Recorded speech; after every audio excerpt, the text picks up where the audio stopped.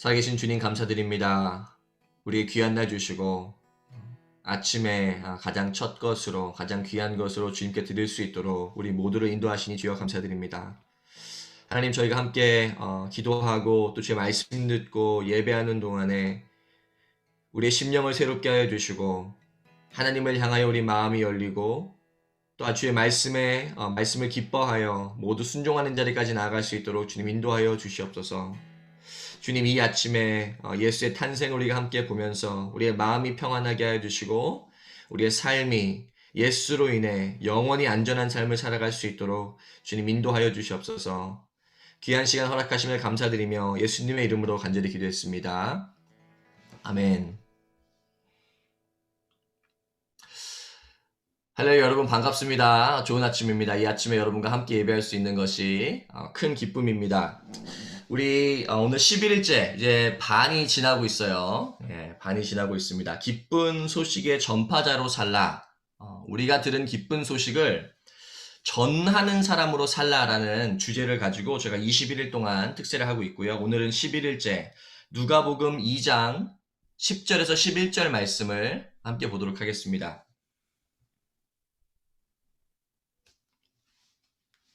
누가복음 2장 10절에서 11절 말씀 제가 세 번역으로 읽도록 하겠습니다. 천사가 그들에게 말하였다. 두려워하지 말아라. 나는 온 백성에게 큰 기쁨이 될 소식을 너희에게 전하여 준다. 오늘 다윗의 동네에서 너희에게 구주가 나셨으니 그는 곧 그리스도 주님이시다. 아멘. 오늘 좀 공교롭게 주일 말씀과 같은 본문을 다섯 교회가 다 오늘 함께 같은 본문으로 보고 있습니다. 목자에게 주신 기쁜 소식은 무엇입니까? 목자에게 주신 기쁜 소식은 무엇입니까? 라는 제목을 가지고 우리 함께 오늘 말씀 보도록 하겠습니다. 주일날 저희가 다 들어서 잘 알고 있듯이 이제 누가가 기록을 합니다. 누가가 기록을 하는데 데오빌로에게 편지를 쓰면서 이 세례 요한에 대해서 먼저 쓰고 그 다음 예수의 탄생에 대해서 써요.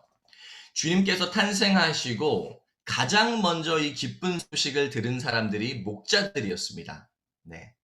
그런데 이 목자들이 그 사회에서 그 시대 때 어떤 사회적 위치를 갖고 있었냐 하니 이 탈무드에 보면 가장 사람들이 비천하게 여겼던 세 가지 직업이 있다고 그랬죠. 첫 번째는 도박하는 사람들. 이렇게 속임수를 써서 남의 돈 떼먹는 사람들. 두 번째는 세리들. 같은 이 민족한테 로마 정부를 위해서 세금 뜯는 사람들.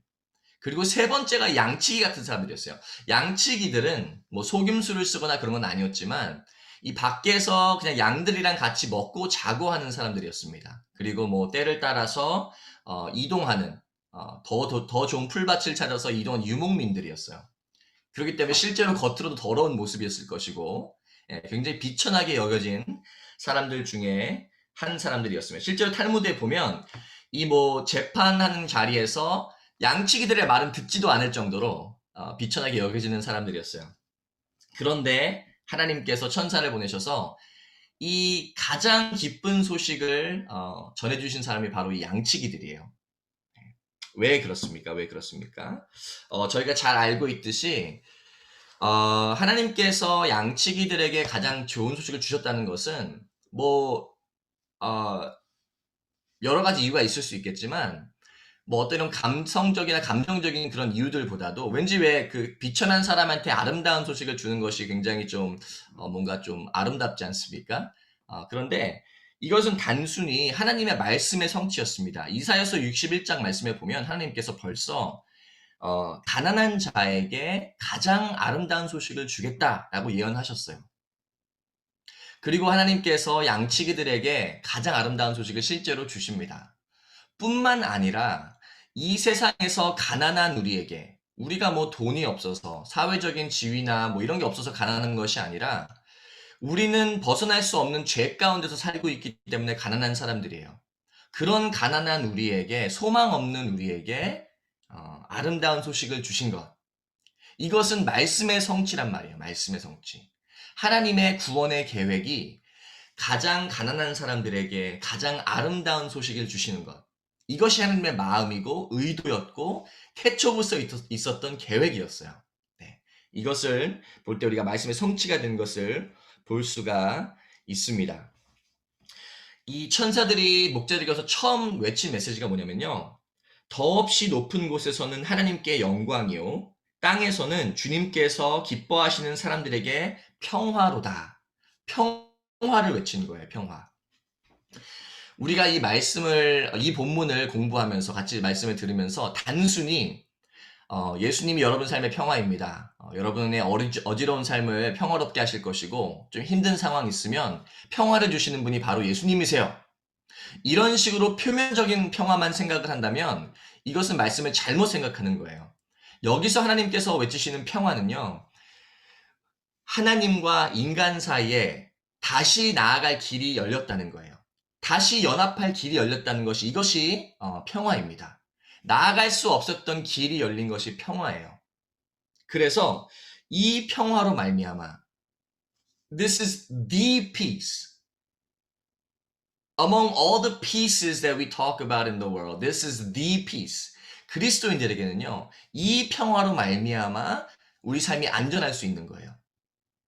우리가 두 번째 찬양하면서 내용은 안전합니다 찬양할 때 보통 교인들이 생각하는 것이 뭐냐면 그렇지. 하나님이 나를 사랑하시고 나를 돌보시고 내 삶에 평안을 주시고 내 지금 어려운 상황이 있지만 평안하게 하시고 그런데 이것이 하나님께서 목자들에게 외치신 그 평안 그 기반 가운데 있지 아니하면 사실은 굉장히 superficial한 것이라는 거예요. 우리 기독교들에게 진정한 평화 그리고 영원한 소망은 예수님을 통해서 죄인된 우리가 하나님께 나아갈 길이 열렸다는 거예요. 하나님과 인간, 이 적된 사이에서, 이 animosity 사이에서 하나님이 길을 열어주셨다는 것이 평화고 평안입니다. 우리가 이것에 기반을 두지 않으면 계속적으로 표면적인 그런 그리스도의 삶을 살 수밖에 없어요. 우리를 진심으로 하나님 말씀 가운데 룻하게 하고 하나님 말씀을 기반으로 살아가게 하고 어떤 상황에서도 평안을 외칠 수 있고 평화 가운데 살아가게 하는 것이 뭐냐는 거예요. 바로 예수 그리스도의 탄생이라는 거예요. 예수로 말미암아 하나님께 가는 길을 열어주셨다는 거예요. 이게 우리를 살게 합니다. 이게 우리를 소망하게 한다는 거예요.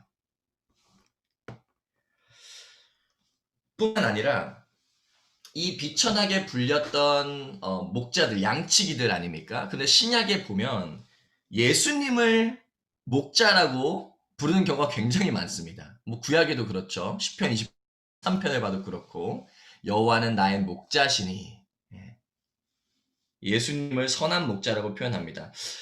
그래서 이것은요, 사실 그 시대는 굉장히 파격적인 표현이에요. 우리가 생각할 때, 목자 뭔가 좋다. 목자 뭔가 피스풀하고 되게 온순하고, 이렇게 순하게 양치고, 막 이런 모습 되게 좋다 생각하지만, 그 당시에는 굉장히 파격적인 표현입니다.